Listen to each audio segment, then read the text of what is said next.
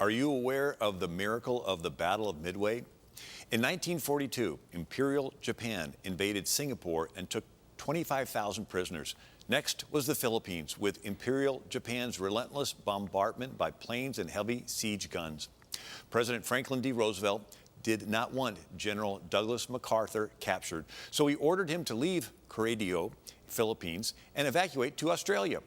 General Douglas MacArthur obeyed. March 11, 1942, but not without promising, "I shall return." The turning point in the Pacific War began June 4, 1942. American code breakers intercepted intelligence of Imperial Japan's plans to capture Midway Islands and from there, Hawaii and the rest of the Pacific. The outnumbered U.S. Pacific Fleet attempted a desperate ambush of the Imperial Japanese Armada, but was losing badly. When the Imperial Japanese Fleet suddenly changed its course, the American torpedo bombers searched for it in vain, with many of their escort fighters running out of fuel and ditching in the ocean. Lieutenant Commander John Waldron, who led the torpedo bomber squadron from the U.S. carrier Hornet, told his men the night before, "My greatest hope is that we encounter a favorable tactical situation, but if we don't, I want each of us to do our utmost to destroy the enemies. If there is only one plane to make a final run in, I want that man to go in and get a hit. May God be with us." Waldron's squadron was the first to spot the Imperial Japanese Fleet. Flying in at low altitude, they suffered the full force of Japanese defenses. Out of 30 of Waldron's men who took off that morning, only one survived. Waldron received the Navy Cross posthumously. Their sacrifice was not in vain, though, as it benefited the other American dive bomber squadrons from the U.S. carrier Enterprise and Yorktown, who arrived about an hour later, flying at a much higher altitude. Navigating by guess and by God and running low on fuel, Squadron Commander C. Wade McCluskey Jr. was determined to continue the search. Through a break in the clouds, they providentially sighted far below a wake and followed it to find the Japanese aircraft carriers Akagi, Kaga, Soryu, and Hiryu. This was at the precise moment when most of the Imperial Japanese Zero fighter planes were being busily refueled and rearmed after fighting Waldron's squadrons, or they had just taken off to attack the U.S. carrier Yorktown. In just 5 minutes, the screeching American dive bombers sank 3 Imperial Japanese carriers and a 4th shortly after.